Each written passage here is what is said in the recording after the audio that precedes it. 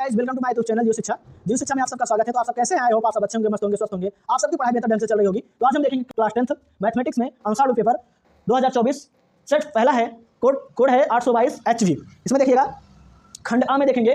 खंड आ में जो भी क्वेश्चन रहेंगे 1 से 20 तक खंड आ में क्वेश्चन रहेंगे। ठीक है, 1 से 20 तक आपको ओएमआर शीट में भरना पड़ेगा। तो आप लोग ओएमआर शीट में अच्छे से गोला कीजिएगा और अच्छे से भरिएगा बोर्ड एग्जाम में। तो पहला क्वेश्चन है इसमें देखिएगा, एक त्रिघात बहुपद के अधिक से अधिक शून्यांकों की संख्या होगी। देखिए इसमें ऑप्शन दिया गया है A4, ऑप्शन बी दिया गया है 3, ऑप्शन सी दिया गया है 2, ऑप्शन डी दिया गया 1। तो देखिएगा अगर त्रिघात बोले तो उनकी जो शून्यांकों की जो संख्या हो जाएगी वह 3 हो जाएगा। अगर द्विघात बोले तो उनके शून्यांकों की जो संख्या हो जाएगी वह 2 हो जाएगी। अगर चतुर्घात बोले तो उनके शून्यांकों की जो संख्या हो जाएगी वह क्या हो जाएगी 4 हो जाएगा। तो यहाँ पर जो शून्यांकों की संख्या त्रिघात का है तो दो शून्यांकों की संख्या हो जाएगी वह क्या हो जाएगी 3 हो जाएगा। तो ऑप्शन क्या हो जाएगा बी इसका राइट आंसर हो जाएगा। ऑप्शन बी इसका क्या हो जाएगा राइट आंसर हो जाएगा 3। ठीक है, उसके बाद देखिएगा दूसरा क्वेश्चन देखिएगा।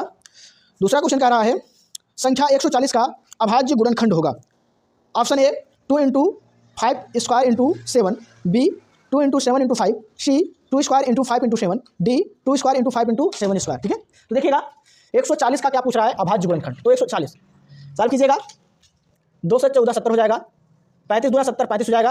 यहाँ पर देखिएगा 5 से 35 7 1 के 7 हो जाएगा। तो इसे जब सॉल्व करोगे आप तो क्या हो जाएगा देखिएगा 2 × 2 × 5 × 7। देखिए 2 जो है वह 2 बार है तो 2 स्क्वायर हो जाएगा, 2 स्क्वायर इंटू 5 × 7। ये क्या हो जाएगा आपका राइट आंसर हो जाएगा। तो इसमें ऑप्शन कौन सा है? ऑप्शन है ऑप्शन सी। ठीक है, ऑप्शन सी इसका क्या हो जाएगा राइट आंसर हो जाएगा। ठीक है, तीसरा देखिएगा पॉइंट 3। तीसरा क्वेश्चन देखिएगा, इसमें दिया गया है भाज्य भाजक भागफल एवं शेषफल में संबंध क्या होता है। भाज्य भाजक भागफल एवं शेषफल में संबंध क्या होता है? ऑप्शन ए दिया गया है भाज्य इक्वल टू शेषफल इंटू भागफल प्लस भाजक। ऑप्शन बी दिया गया है भाजक इक्वल टू भाज इंटू भागफल प्लस शेषफल। ऑप्शन सी दिया गया है भाज इक्वल टू भाजक इंटू भागफल प्लस शेषफल। ऑप्शन डी दिया गया है भाजक इक्वल टू भाज्य प्लस भागफल इंटू शेषफल। तो आप जानते हो भाजक भाज्य और भागफल और शेषफल में जो संबंध होता है वह क्या होता है? भाज्य इक्वल टू होता है भाजक इंटू भागफल प्लस शेषफल। ठीक है, भाज्य इक्वल टू होता है भाजक इंटू भागफल प्लस शेषफल। भाज्य इक्वल टू लिखते हैं भाजक गुणे भागफल प्लस शेषफल। तो ऑप्शन कौन सा? ऑप्शन सी इसका राइट आंसर हो जाएगा, भाज्य इक्वल टू भाजक इंटू भागफल प्लस शेषफल। यही इसका क्या हो जाएगा राइट आंसर। चौथा देखिएगा क्वेश्चन चौथा इसमें दिया गया है रैखिक समीकरण x + 2y + 5 = 0 तथा -3x - 6y + 1 = 0 के युग्म का हल होगा। पहला अद्वितीय, बी दूसरा दो सी अपरिमेय रूप से अनेक, डी उपयुक्त में से कोई नहीं। तो क्या दिया गया है?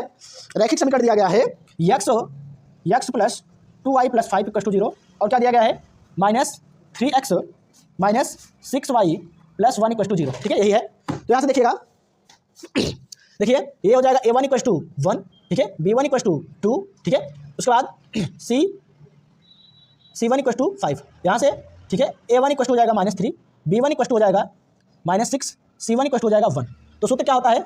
सूत्र होता है a1/a2 इक्वल होता है b1/b2 इक्वल हो जाता है c1/c2। तो रखिएगा मान a1 1/a2। a2 का मान कितना है? a2 रहेगा, सॉरी a2 रहेगा, a2 b2 c2। तो यहाँ से a2 का मान कितना है -3 इक्वल हो जाएगा, b1 का मान कितना है 2/b2 का मान कितना है -6 इक्वल हो जाएगा, c1 का मान कितना है 5, c2 का मान कितना है 1। तो यहाँ से घटेगा तो -1/3 इक्वल हो जाएगा -1/3। देखिए डज नॉट इक्वल टू क्या है 5 के, डज नॉट इक्वल टू क्या है 5 के। तो उपयुक्त में से कोई नहीं। ठीक है, उपयुक्त में से कोई नहीं इसका राइट आंसर हो जाएगा। तो ऑप्शन नंबर डी उपयुक्त में से कोई नहीं। ठीक है, ऑप्शन नंबर डी इसका क्या हो जाएगा राइट आंसर हो जाएगा। ठीक है, उसके बाद देखिएगा पांचवा क्वेश्चन देखिएगा। पांचवा क्वेश्चन कहा है समांतर श्रेणी -5 -1 3 7 का सर्वांतर होगा। एक ऑप्शन ए 1 दिया गया, ऑप्शन बी 2 दिया गया, ऑप्शन सी 3 दिया गया, ऑप्शन 4 ऑप्शन डी 4 दिया गया। ठीक है, तो देखिएगा इतना दिया गया है श्रेणी, समांतर श्रेणी है, समांतर श्रेणी दिया गया है कितना है -5 -1 3 7 ... ठीक है, सार्वअंतर। देखिए सार्वअंतर निकालने के लिए सार्वअंतर होता है d = a2 - a1 होता है। a2 माइनस क्या होता है a1। देखिए a1 है हो जाएगा, ये a2 हो जाएगा, ए हो जाएगा a3, ए हो जाएगा a4। ठीक है, तो यहाँ से सार्वअंतर d = a2 कितना है -1, ठीक है, माइनस a1 कितना है -5। तो यहाँ से d = हो जाएगा -1 माइनस से प्लस हो जाएगा +5, d = हो जाएगा 4। तो आंसर क्या हो जाएगा 4। ठीक है, आंसर क्या हो जाएगा 4। ऑप्शन कौन सा सही हो जाएगा? ऑप्शन डी इसका राइट आंसर हो जाएगा। क्वेश्चन नंबर 5 का ऑप्शन डी इसका राइट आंसर हो जाएगा। उसके बाद देखिएगा क्वेश्चन 6 देखिएगा।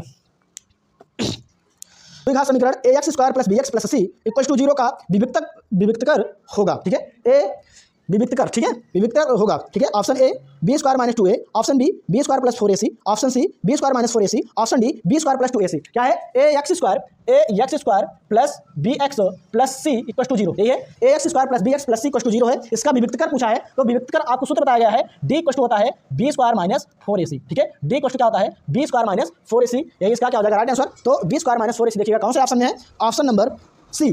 सी क्या हो जाएगा? इसका राइट आंसर हो जाएगा। तो छठवां का सी क्या हो जाएगा? राइट आंसर हो जाएगा। सातवां देखिएगा, सातवां क्वेश्चन। सातवां दिया गया है, दो बिंदुओं 2, 3 और 4, 1 के बीच की दूरी, 2, 3 और 4, 1 के बीच की दूरी ए दिया गया है 2, ऑप्शन बी दिया गया है 2√2, ऑप्शन सी दिया गया है 2√3, ऑप्शन डी दिया गया है 3। देखिएगा बिंदु है कितना? 2, 3 और 4, 1। 2, 3 है और क्या है? 4, 1 है, ठीक है। तो बीच की दूरी का सूत्र जो होता है वह क्या होता है? डी इक्वल टू होता है अंडर रूट में x2 माइनस x1 का whole square, x2 minus x1 का whole square plus y2 minus y1 का होल स्क्वायर, ठीक है। तो हो जाएगा x1, हो जाएगा y1, हो जाएगा x2, हो जाएगा y2। तो डी इक्वल टू हो जाएगा अंडर रूट में x2 कितना है? 4 माइनस x1 कितना है? 2 का होल स्क्वायर हो जाएगा, का होल स्क्वायर प्लस y2 कितना है? 1 माइनस y1 कितना है? 3 का होल स्क्वायर हो जाएगा, ठीक है।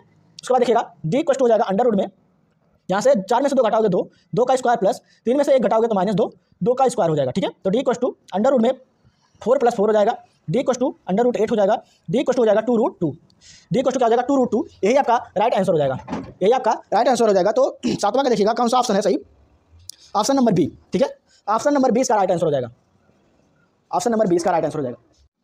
देखिएगा क्वेश्चन नंबर 8, ये द्विघात समीकरण 3x square minus 12x plus M equal to 0 है, 0 के मूल बराबर हैं, तो एम का मान ज्ञात कीजिए। ऑप्शन दिया गया है, ऑप्शन ए है 4, ऑप्शन बी है 7, ऑप्शन सी है 9, ऑप्शन डी है 12। तो देखिएगा 8वां क्वेश्चन है, देखिए द्विघात समीकरण जो है वह कितना है? देखिए वो है 3x square minus 12x plus M equals to 0, ठीक है। इसके मूल क्या है? बराबर है। मूल क्या है? बराबर है। मूल बराबर है। मूल बराबर का मतलब क्या है? डी इक्वल टू 0 है। मूल बराबर का मतलब क्या है? डी इक्वल टू 0 है। तो आप जानते हो डी इक्वल टू होता है बी स्क्वायर माइनस 4ac होता है, ठीक है। तो यहाँ से आप ए का मान निकालिएगा, ए इक्वल टू हो जाएगा 3। देखिए इसमें पहले आप तुलना कर लीजिएगा ax square plus bx plus C equal to 0। तो ए इक्वल टू हो जाएगा, ए इक्वल टू हो जाएगा 3, बी इक्वल टू हो जाएगा -12, 0 इक्वल टू हो जाएगा यहाँ से बी स्क्वायर, तो बी कितना है? -12 का स्क्वायर -4 इंटू ए का मान कितना है? 3 इंटू सी का मान कितना है? m। तो यहाँ से हो जाएगा 0, यहाँ से हो जाएगा 144 माइनस 12m। तो 12m को स्टार्ट कीजिएगा, तो 12m इक्वल टू हो जाएगा 144, m इक्वल टू हो जाएगा 144/12, 12 पर हमें 144, m इक्वल टू हो जाएगा 12, तो m का मान क्या आ जाएगा? 12, ठीक है। m का मान आ जाएगा 12, m का मान आ जाएगा क्या? 12। तो ऑप्शन नंबर डी, तो ऑप्शन डी इसका राइट आंसर हो जाएगा, ऑप्शन डी इसका राइट आंसर हो जाएगा। 9वां क्वेश्चन देखिएगा, क्वेश्चन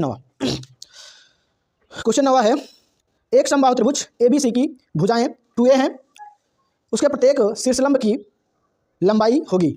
ऑप्शन ए दिया गया है a√2, ऑप्शन बी दिया गया है 2a√3, ऑप्शन सी दिया गया है a√3, ऑप्शन डी दिया गया है 3a। देखिएगा क्या है? ABC जो है वह समबाहु त्रिभुज है, समबाहु ABC,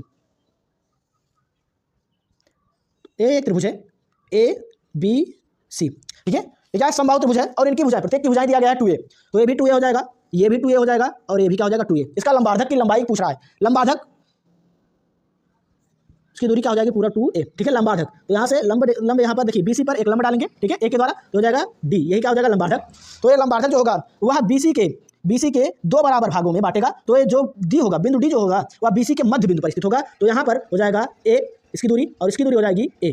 और आपको क्या करना है? आपको इसकी दूरी याद करना है, लंबार्धक की लंबाई याद करना है, AD की लंबाई याद करना है। तो पाइथागोरस प्रमेय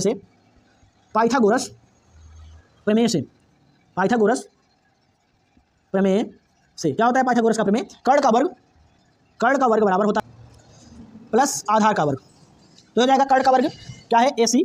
AC का वर्ग इक्वल टू हो जाएगा लंब का वर्ग AD का वर्ग आपको याद करना है, प्लस आधार का वर्ग क्या हो जाएगा? DC का वर्ग। तो यहाँ से AC कितना है? देखिएगा AC 2a है, 2a का स्क्वायर माइनस हो जाएगा AD याद करना है, सॉरी इक्वल टू AD का स्क्वायर प्लस हो जाएगा DC कितना है? DC a है, तो a स्क्वायर हो जाएगा। देखिएगा ये हो जाएगा 4a square equal to AD का स्क्वायर प्लस हो जाएगा a स्क्वायर को स्टार्ट कीजिएगा, तो AD का स्क्वायर इक्वल हो जाएगा 4a square minus a square हो जाएगा, तो AD स्क्वायर इक्वल हो जाएगा 3a स्क्वायर, 4 में से 1 घटाओगे कितना आएगा? 3, तो यहाँ से AD इक्वल हो जाएगा अंडर रूट में 3a स्क्वायर, तो AD इक्वल हो जाएगा a, देखिए a स्क्वायर क्या है? देखिए a स्क्वायर है, a स्क्वायर बाहर हो जाएगा कड़ी से, तो a इंटू अंडर रूट 3 हो जाएगा, यही आपका राइट आंसर हो जाएगा। तो AD इसकी लंबाई क्या आ जाएगी? a into √3। तो ऑप्शन कौन सा है? ठीक है, ऑप्शन है आपका ऑप्शन ए, आपका सॉरी ऑप्शन सी इसका राइट आंसर हो जाएगा, ऑप्शन सी इसका राइट आंसर हो जाएगा, AD equal to a under root 3, ठीक है। उसके बाद देखिएगा उसके बाद नेक्स्ट क्वेश्चन पर 9वां हो गया, 10वां देखिएगा आप। इसका 10वां क्वेश्चन है, निम्नलिखित सारणी का माध्य होगा। सर्वांतर दिया गया है 1 से 5 तक जिसकी बारंबारता है 3, 3 से 5 का जिसकी बारंबारता है 2, 5 से 7 तक जिसकी बारंबारता है 4, और 7 से 9 तक जिसकी बारंबारता है 2, और 9 से 11 तक जिसकी बारंबारता है क्या 3। देखिएगा वर्ग अंतराल दिया गया है, ऑप्शन दिया गया है पहला A 2, B 4, C 5 और D 6 दिया गया है। ठीक है, तो 10वां का है ना। देखिएगा वर्ग अंतराल दिया गया है और बारंबारता दिया गया है, बारंबारता। ठीक है, वर्ग अंतराल कितना है 1 से 3, ठीक है, 3 से 5, 5 से 7, 7 से 9, 9 से 11। उसके बाद बारंबारता कितना है, बारंबारता 1 से 3 तक कितना है 3 है, 3 से 5 तक 2 है, और इसका कितना है 4 है, और कितना है इसका 2 है, और इसका कितना है 3 है। ठीक है, चलिए ये बारंबारता ये F हो जाएगा F। ठीक है, देखिएगा मध्य बिंदु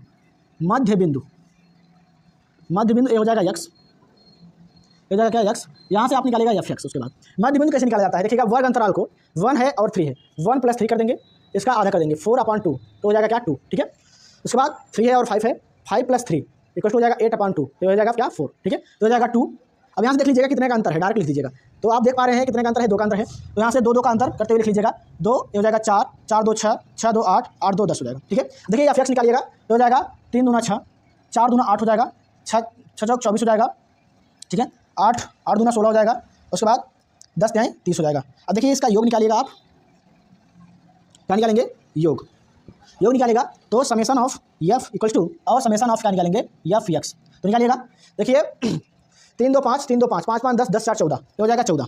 इसके बाद इसे देखिएगा ये क्या होगा, देखिए 24 और 16, 24 और 16 कितना हो जाएगा 40, 40 40 और 30 कितना हो जाएगा 70 70 70 कितना हो जाएगा 68 हो जाएगा, पूरा 84 हो जाएगा, कितना 84। ठीक है, देखिएगा देखिए माध्य जो होता है, माध्य समांतर माध्य आप कह सकते हो, समांतर माध्य एक्स इक्वल टू होता है, ठीक है, summation of F x upon summation of F, तो हो जाएगा 84 अपान हो जाएगा 14, 14 छंग 84, तो जो समांतर माध्य प्राप्त होगा वह कितना प्राप्त होगा 6। तो इसका राइट आंसर क्या हो जाएगा 6, इसका राइट आंसर हो जाएगा। तो 10वां का ऑप्शन डी इसका राइट आंसर हो जाएगा। ठीक है, ऑप्शन डी इसका राइट आंसर हो जाएगा। 10वां हो गया। देखिएगा 11, क्वेश्चन 11 पर देखिएगा, क्वेश्चन 11 क्या कह रहा है, साइन 27 अंश अपान कॉस 63 अंश का मान ज्ञात कीजिए। ठीक है, ऑप्शन दिया गया है A 1, option B -1, option C 0, option D 1/2। ठीक है, तो देखिए साइन 72 अंश अपान कॉस 63 अंश, तो देखिएगा साइन 72 अंश अपान हो जाएगा कॉस 63 अंश को आप लिख सकते हो कॉस 90 अंश माइनस 72 अंश। ठीक है, 90 में से 72 घटाएंगे कितना आएगा 63, तो यहाँ से हो जाएगा देखिए साइन 72 अंश अपान हो जाएगा cos 90 minus theta, cos 90 minus theta बराबर होता है साइन थीटा, तो साइन 72 अंश हो जाएगा। ठीक है, तो फार्मूला क्या होता है सभी का, साइन 90 माइनस थीटा और cos 90 minus theta, tan 90 minus theta, cosec 90 minus theta, sec 90 minus theta, cot 90 minus theta. तो क्या होता है sine 90 minus theta cos theta होता है, cos 90 minus theta sine theta होता है, cot tan 90 minus theta cot theta होता है। ठीक है, cosec 90 minus theta sec theta होता है, sec 90 minus theta cosec theta होता है, cot 90 minus theta tan theta होता है।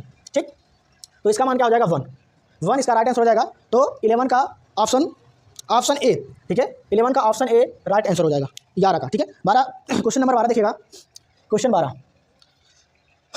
12 है, यदि cos a इक्वल टू √3/2 हो तो साइन 2a का मान ज्ञात कीजिए। 2a का मान क्या होगा। ठीक है, a इक्वल टू दिया गया है 1, b इक्वल टू दिया गया है 0, c इक्वल टू दिया गया है 1/2, d इक्वल टू दिया गया है √3/2। देखिएगा cos a इक्वल टू है cos a इक्वल टू है √3/2, cos a इक्वल टू कितना है √3/2, और क्या पूछ रहा है आपसे साइन a का मान पूछ रहा है, साइन 2a का मान पूछ रहा है।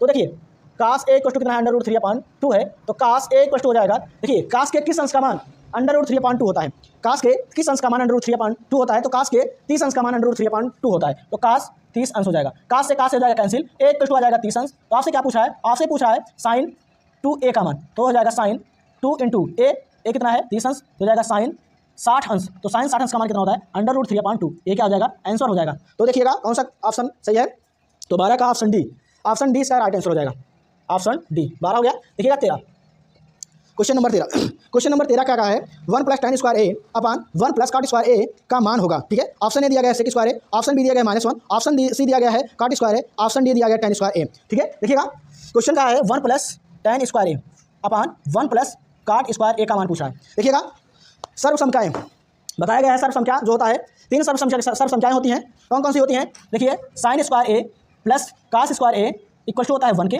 और क्या होता है और होता है sec square A equal to 1 + tan square A. ठीक है, और देखिएगा और क्या होता है cosec square A equal to होता है 1 + cot स्क्वायर ए। ठीक है, 1 + cot स्क्वायर ए। तो 3 सर्वसंख्या होती है। sin square A plus cos square A equal to 1 होता है, sec square A equal to होता है 1 + tan स्क्वायर ए। ठीक है, और क्या होता है cosec square A equal to होता है 1 + cot स्क्वायर ए। तो यहाँ पर देखिएगा इस सूत्र का इस्तेमाल कीजिएगा। तो यहाँ पर देखिए ये हो जाएगा 1 + tan स्क्वायर ए क्या होता है sec स्क्वायर ए, हो जाएगा sec square A upon 1 + cot square A equal to होता है cosec square A. cosec square A हो जाएगा। ठीक है, तो आपको बताया गया है कि sec a इक्वल टू होता है 1 / cos a, sec a equal to होता है 1 / cos a। ठीक है, और cosec a इक्वल टू होता है 1 / sin a। ठीक है, 1 / sin a। इसी प्रकार से होता है sin a equal to 1 / cosec a, cos a equal to 1 / sec a, tan a equal to 1 / cot a, cot a equal to 1 / tan a होता है। ठीक है, तो यहाँ पर हो जाएगा sec a 1 / क्या हो जाएगा cos स्क्वायर a अपान हो जाएगा ये क्या हो जाएगा 1 / sin स्क्वायर a। तो इसे सॉल्व करेंगे तो 1 / cos स्क्वायर a इंटू हो जाएगा, पलट जाएगा तो हो जाएगा sin स्क्वायर a अपान 1 हो जाएगा, तो हो जाएगा sin स्क्वायर a अपान हो जाएगा cos square a equal to हो जाएगा tan square a। tan square a right answer हो जाएगा। tan स्क्वायर a क्या हो जाएगा राइट आंसर हो जाएगा। देखिएगा क्वेश्चन नंबर 13 का ऑप्शन डी, क्वेश्चन नंबर 13 का ऑप्शन डी क्या हो जाएगा राइट आंसर हो जाएगा 13 का। ठीक है, देखिएगा क्वेश्चन नंबर 14 देखिएगा क्या कहा है। क्वेश्चन नंबर 14 का है sin 2a equal to 2 sin a सत्य होगा जब a बराबर है a इक्वल टू 0 अंश, b इक्वल टू 30 अंश, c इक्वल टू 45 अंश, d इक्वल टू 60 अंश। देखिएगा sin 2a equal to 2 sin a, sin 2a equal to 2 sin a। देखिए फार्मूला होता है sin 2a इक्वल टू होता है 2 sin a cos a होता है, cos 2a इक्वल टू होता है 1 - 2 sin स्क्वायर a होता है, cos 2a इक्वल टू होता है 2 cos स्क्वायर a -1 होता है। तो रखिएगा मान, तो sin 2a इक्वल टू क्या होता है 2 sin a cos a equal to 2 sin a, 2 sin a से कैंसिल हो जाएगा, cos a इक्वल टू आ जाएगा 1। देखिए cos के किस अंश का मान क्या होता है 1 होता है, तो cos 0 अंश का मान क्या होता है 1 होता है। तो यहाँ से cos a इक्वल टू हो जाएगा cos 0 अंश, तो cos से cos कैंसिल हो जाएगा, a इक्वल टू हो जाएगा 0 अंश, तो इसका आंसर जो होगा वह 0 अंश हो जाएगा। तो देखिएगा ऑप्शन ए 14 का ऑप्शन ए इसका राइट आंसर हो जाएगा, ऑप्शन ए। देखिएगा 15 क्वेश्चन है। देखिए 22 सेंटीमीटर परिधि वाले एक वृत्त के चतुर्थांश का क्षेत्रफल होगा a equal to 44/7 centimetre square, b equal to 22/8 वर्ग सेंटीमीटर, c इक्वल टू 77/8 वर्ग सेंटीमीटर, d इक्वल टू 8/77 वर्ग सेंटीमीटर। ठीक है, परिधि बराबर कितना दिया गया है 22 सेंटीमीटर। परिधि बराबर कितना दिया गया है 22 सेंटीमीटर। ठीक है, तो वृत्त की परिधि क्या होती है 2πr, तो यहाँ से 2πr इक्वल टू हो जाएगा 22। ठीक है, तो 2 × पाई 22/7 × r इक्वल टू हो जाएगा 22 के। ठीक है, 22 से 22 कैंसिल हो जाएगा। अब यहाँ से हो जाएगा r equal to 7/2, r equal to क्या प्राप्त हो जाएगा 7/2। देखिए वृत्त के चतुर्थांश का क्षेत्रफल जो होता है, वृत्त के चतुर्थांश का क्षेत्रफल इक्वल टू होता है 1/4 क्या होता है 1/4 पाई r स्क्वायर, तो हो जाएगा 1/4 इंटू पाई 22/7 इंटू हो जाएगा r स्क्वायर, तो 7/2 इंटू 7/2 हो जाएगा, 7 से 7 कैंसिल हो जाएगा। अब यहाँ से देखिएगा 2 से यहाँ से 11 हो जाएगा, तो 77 क्या हो जाएगा 8, 77/8 सेंटीमीटर स्क्वायर हो जाएगा। ठीक है, तो परिधि के चतुर्थांश का क्षेत्रफल जो हो जाएगा वह 77/8 वर्ग सेंटीमीटर हो जाएगा। तो आई होप आप सब समझ गए होंगे, तो आप इसका स्क्रीनशॉट लीजिए। इसके बाद हम मिलते हैं नेक्स्ट वीडियो में। आज के लिए इतना ही। अगर आपको ये वीडियो अच्छी लगी हुई है तो वीडियो को लाइक कीजिएगा, अगर आप चैनल में नए हो तो चैनल को सब्सक्राइब कर दीजिएगा। जय हिंद।